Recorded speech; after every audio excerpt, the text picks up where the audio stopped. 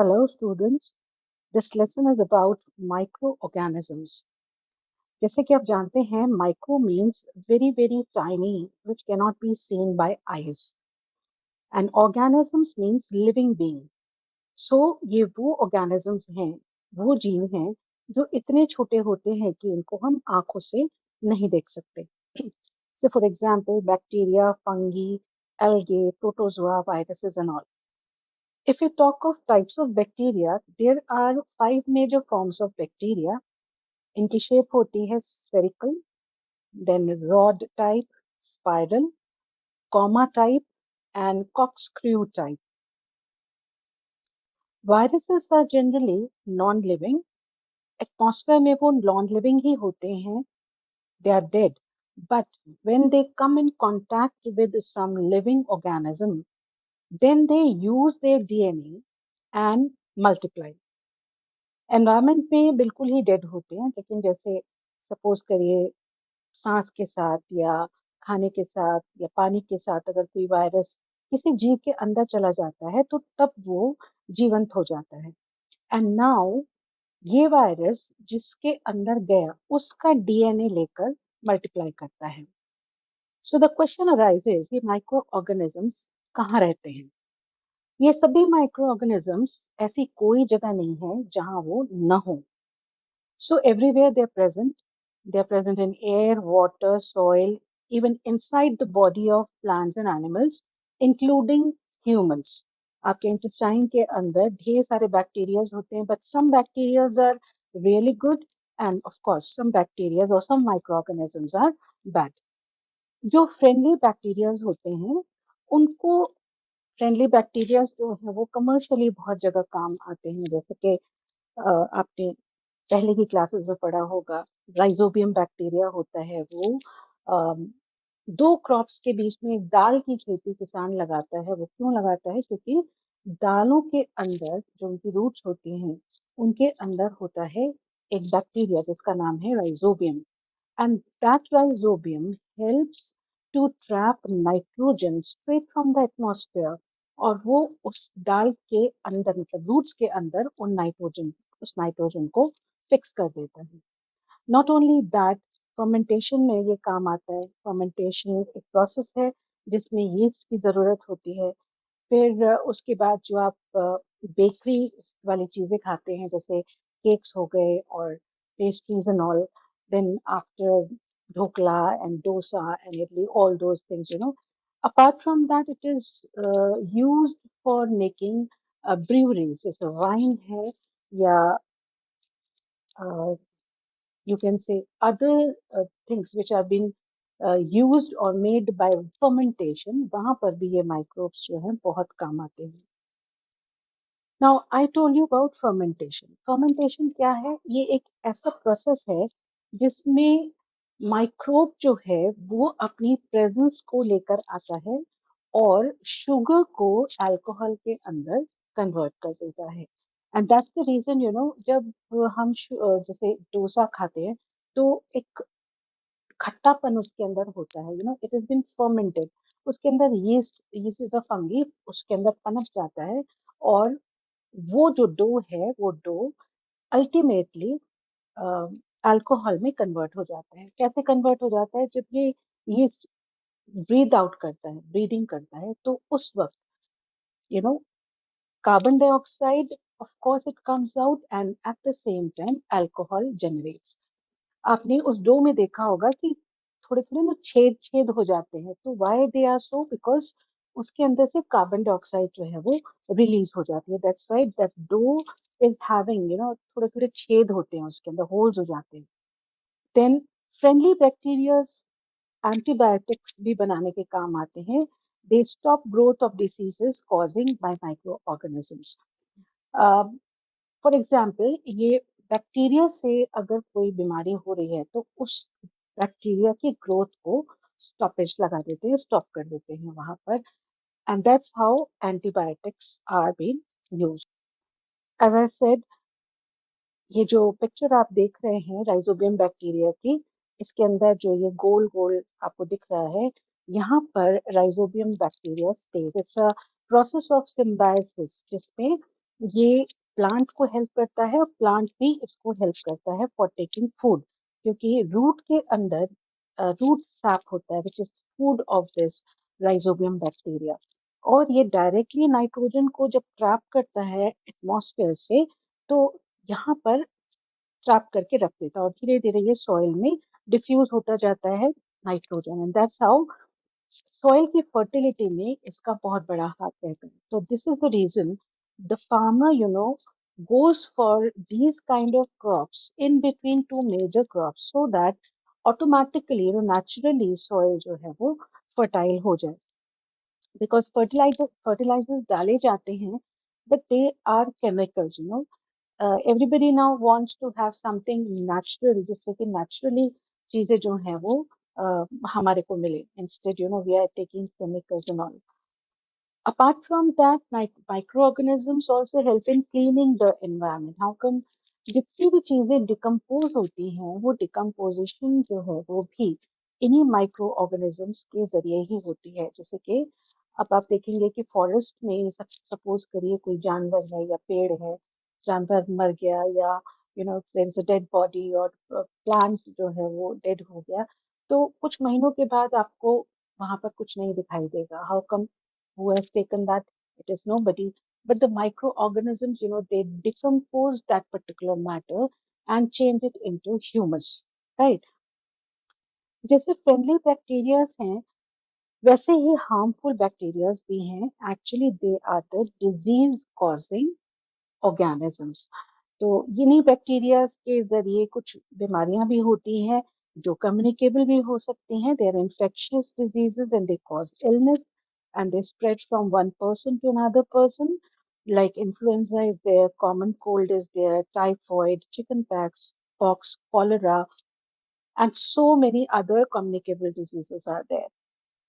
Communicable diseases के साथ साथ नॉन कम्युनिकेबल डिजीजेस भी होते हैं.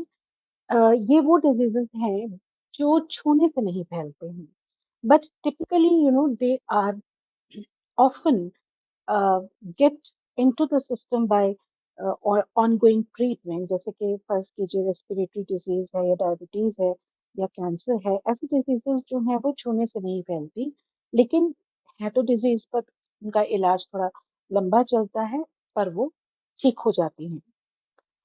Another impact which is bad we see in our daily life is food poisoning. Now, in this, what happens is जब हम ऐसा खाना खाते हैं जो डिकेड है, मतलब बासी खाना हो सकता है, या हमें पता ना चले जो हम खा रहे हैं बाहर वो पुराना है या फ्रेश है या नहीं है. So if we take it, some kind of disorder generates inside our stomach and it leads to either diarrhea or vomiting. This is what is called as food poisoning.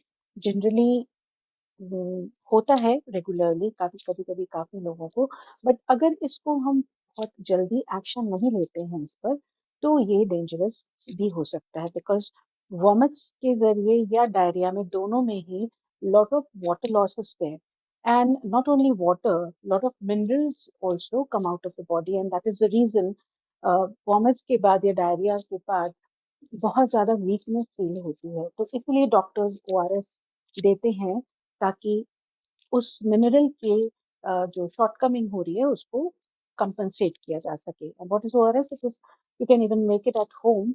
Like पानी के अंदर आप थोड़ा सा चीनी, 1 चम्मच चीनी और थोड़ा सा नमक डाल के उसको सिप करके पीते रहिए, तो ये जो कमी होती है this can be taken care of. अब how to save ourselves from especially food from these microorganisms. इसके लिए we preserve food, and there are various ways by we can preserve food. First one is drying. Drying का मतलब है कि आप अगर धूप में सब्जियों को या फ्रूट्स को रख देते हैं तो इसके अंदर का पानी बिल्कुल सूख जाता है, क्योंकि पानी ही एक्चुअली मॉइस्चर कंटेंट जो होता है वही माइक्रो ऑर्गेनिजम्स को बहुत ज्यादा पसंद रहता है. तो अगर उसको ड्राई कर दिया जाए, पानी को बिल्कुल हटा दिया जाए, सन ड्राइंग बेसिकली या किसी और मेथड से, तो वो पूरी तरह से सुरक्षित रहता है. अपार्ट फ्रॉम दैट हमारे घरों में फ्रिज होता है. तो टेम्परेचर कम कर देते हैं तो भी इट बिकम्स गुड इनफ, वो बचते हैं, दूध को खासकर बचाया जा सकता है। Even vegetables and fruits they remain also very very fresh. अच्छा, एक और चीज जो आजकल दिखती है वो है pasteurise milk. Now what is it? Pasteurise milk क्या होता है? जैसे हम दूध को थैलियों में या टेट्रा पैक्स में देखते हैं, उसमें होता क्या है कि दूध को बहुत हाई टेम्परेचर्स पे गर्म किया जाता है, बहुत हाई टेम्परेचर पे। और जैसे ही हाई टेम्परेचर होता है, तो जितने भी माइक्रो ऑर्गेनिज्म उसके अंदर होते हैं they get killed, and after that suddenly उस इतने गर्म दूध को एकदम से ठंडा कर देते हैं। they bring the temperature down suddenly. So all the microorganisms or bacteria whatsoever is present there वो मर जाते हैं। आपने ये भी देखा होगा कि जो पॉलीपैक होता है there is a date mentioned out there कि इस दिन के बाद आपको वो यूज नहीं करना है। दैट मीन्स उसका एक पर्टिकुलर पीरियड होता है कि उसके बाद this is not to be used. तो पैस्चराइजेशन का जो पीरियड है वो मेंशन होता है, but pasteurised milk is safe to drink because उसके अंदर कोई भी माइक्रो ऑर्गेनिज्म नहीं होता। Then we can make pickles and then murabbas and all, these all can be made. Then frying and adding a lot of spices to the food and keeping them, that also makes the food preserved. You see the sauce and the package के अंदर जो चीजें बंधन कराते हैं उनके अंदर preservatives होते हैं, और that's how the food is quite safe there. But it is very important to understand this कि packaging वाला खाना तो of course very as and when it is required we use, but it is always good to eat fresh food, cook it and eat. Now let's go to a very very important topic, that is nitrogen cycle. Cycle से हमारा क्या मतलब होता है? Cycle से मतलब होता है कि नाइट्रोजन एटमॉस्फेयर से है, वो प्लांट्स एनिमल्स के लाइफ साइकिल से गुजरता है, दोबारा से वो एटमॉस्फेयर में चला जाता है, and the same cycle keeps on taking place again and again. Now it is very very essential biochemical process where nitrogen moves between the atmosphere, soil, water, living organisms. तो क्योंकि नाइट्रोजन एक बहुत important चीज है जिसके लिए जिसको हमें प्रोटीन के लिए और न्यूक्लिक एसिड्स के लिए चाहिए। न्यूक्लिक एसिड्स क्या होते हैं? डीएनए डीऑक्सीराइबो न्यूक्लिक एसिड के अंदर जो एलिमेंट्स होते हैं उनके लिए नाइट्रोजन की बहुत जरूरत होती है। जब आप बड़ी क्लासेस में जाएंगे तो इसके बारे में डिटेल में पढ़ेंगे। अब इस नाइट्रोजन साइकिल के कुछ स्टेप्स हैं। First is nitrogen fixation, then nitrification, then assimilation, ammonification and denitrification. First point is nitrogen fixation. What it is? Nitrogen fixing bacteria, अभी जो थोड़ी देर पहले हमने पढ़ा था rhizobium and all, वो क्या करता है? It converts atmospheric nitrogen into usable form of ammonia. This process is very vital because plants and animals cannot directly utilize atmospheric nitrogen. हम स्ट्रेट नहीं ले सकते। हमारे अंदर नाइट्रोजन तब जाता है जब हम से दाल खाते हैं, ठीक है, दाल में नाइट्रोजन होता है। तो ये हम स्ट्रेट अवे नाइट्रोजन से नहीं ले सकते, जैसे ऑक्सीजन को सांस में लेते हैं वैसे नाइट्रोजन को नहीं ले सकते हैं।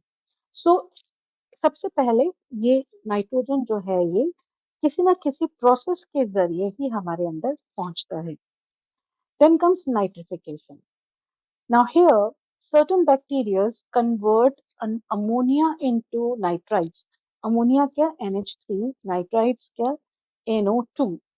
और ये NO2 then into nitrates NO3 के अंदर बदल देता है। अमोनिया को NO2, NO3 के अंदर बदल दिया जाता है। This process makes nitrogen available to plant in the soil. Fine. Nitrogen तो ट्रैप कर लिया, अब ये ऑक्सीजन के साथ मिलकर ये नाइट्रोजन प्लांट्स के अंदर चला जाता है। Then comes assimilation. Plants nitrate या अमोनिया के थ्रू रूट्स के जरिए they take that in, right. Animals जब इस प्लांट को खाते हैं तो यही नाइट्रोजन उनके अंदर भी पहुंचता है, correct? Fourth point is ammonification. When organisms die, bacteria and fungi decomposes the organic matter, release this ammonia again back to the soil. Fine. Then comes denitrification. D का मतलब होता है हटाना. अब ये जो अमोनिया आया, ये अमोनिया सॉइल में क्या होगा, यहाँ पे फिर से बैक्टीरिया काम करते हैं जो NO2 और NO3 या N2 मतलब नाइट्रोजन को गैसियस फॉर्म में कन्वर्ट करते हैं, नाइट्रोजन को ऑक्सीजन से अलग कर देते हैं। डीनाइट्रिफिकेशन का मतलब होता है हटाना, किस किस को हटाना, नाइट्रोजन ऑक्सीजन को अलग अलग कर देना, and then it release it into the atmosphere again. So nitrogen दोबारा से कहाँ पहुंच जाती है, फिर से एटमॉस्फेयर में पहुंच जाती है। This process returns nitrogen to its gaseous form, and that's how the cycle is being completed. So nitrogen cycle जो है ये continuous process है जहाँ पे nitrogen is available for all the living organisms and maintains the balance of nitrogen in the atmosphere. I hope the lesson is clear to you. For any assistance, you can visit our website and you can comment also. Thank you very much. Bye.